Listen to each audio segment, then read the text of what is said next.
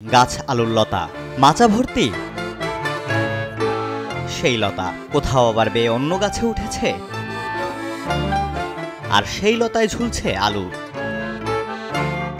অনাবাদি জমিতে মাচা পদ্ধতিতে গাছ আলু চাষ করেছেন চলতি বছর জেলার শতাধিক